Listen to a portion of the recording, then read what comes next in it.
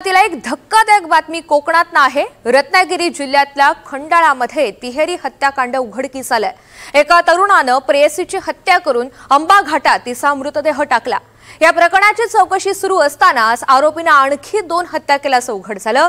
रत्नागिरीतलं हे तिहेरी हत्याकांड नेमकं कसं घडलं पाहूयात या खास रिपोर्टमधून।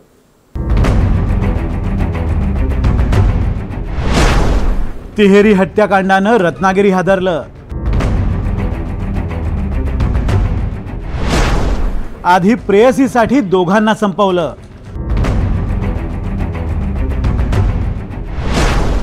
नंतर लग्नाचा तगादा लावणाऱ्या प्रेयसीचाही काढला काटा।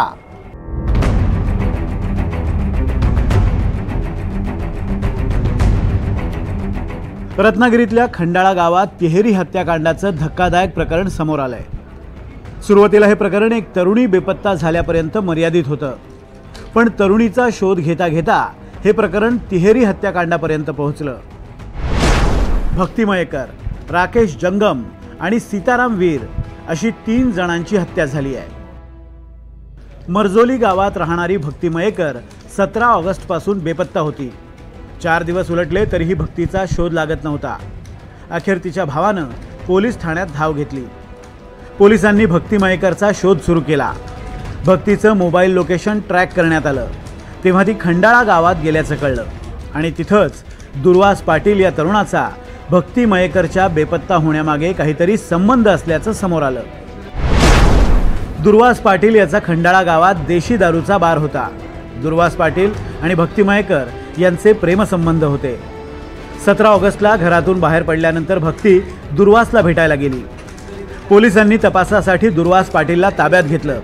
आधी त्यानं उत्तर देण्यास बरीच टाळाटाळ केली, पण पोलिसी खाक्या दाखवल्यानंतर त्यानंच भक्तीची गळा दाबून हत्या केल्याचं कबूल केलं।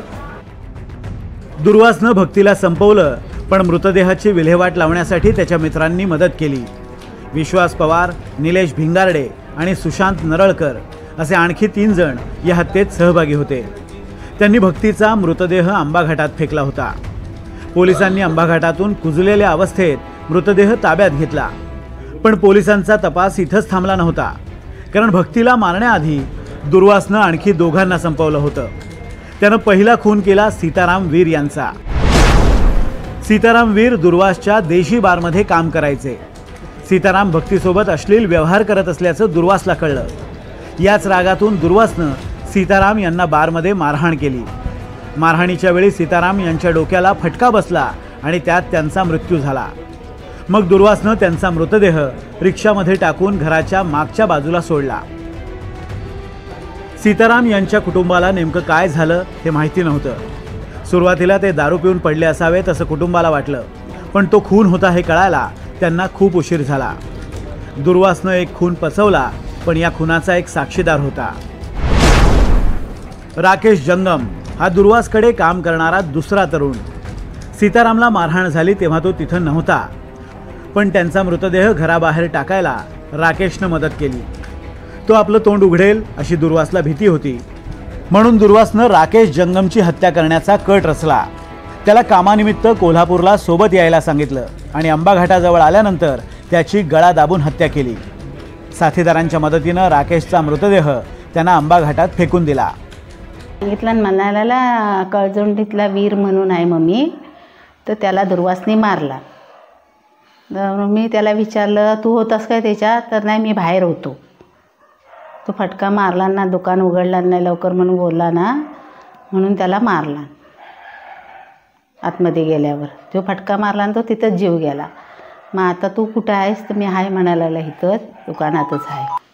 तर त्या दिवशी तो आला बोलवल्यावर, तो 2च दिवस होता आणि 3ऱ्या दिवशी त्याला माहीत पडली ना राकेश घरी आलाय म्हणून, तसे ते धावत आले त्याला हे करून न्यायला। सलग 2 खून करूनही दुर्वासच्या आतला राक्षस शांत झाला नाही। दुर्वासनं प्रेयसीला त्रास देणाऱ्या सीतारामची हत्या केली। खून प्रकरण उघडकीस येऊ नये म्हणून साक्षीदाराचा काटा काढला आणि शेवटी जिच्यासाठी एवढा उपद्व्याप केला त्या प्रेयसीलाही संपवलं। सीताराम वीर यांचाही 55 वर्ष राहणार कळझोंडी याचाही त्यांनी 29/4/2024ला मारहाण करून त्याचा खून केला होता अशी माहिती सध्या आमच्या तपासात उघड झालेली आहे आणि तिन्ही गुन्ह्यांमध्ये तपास चालू आहे। यातील 2 गुन्हे जे आहेत ते जयगड येथे दाखल आहेत, राकेश अशोक जंगम यांच्या खुनाचा आणि सीताराम वीर यांच्या खुनाचा।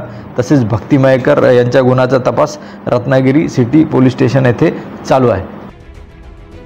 15 महिन्यांपूर्वी दुर्वास पाटीलनं 2 खून केले आणि त्या खुनांवर पडदाही पडला, पण प्रेयसीच्या हत्येनंतर 2 खुनांवर पांघरूण घालणारा हा नराधम अखेर पोलिसांच्या तावडीत सापडला। राकेश गोडेकर, NDTV मराठी, रत्नागिरी।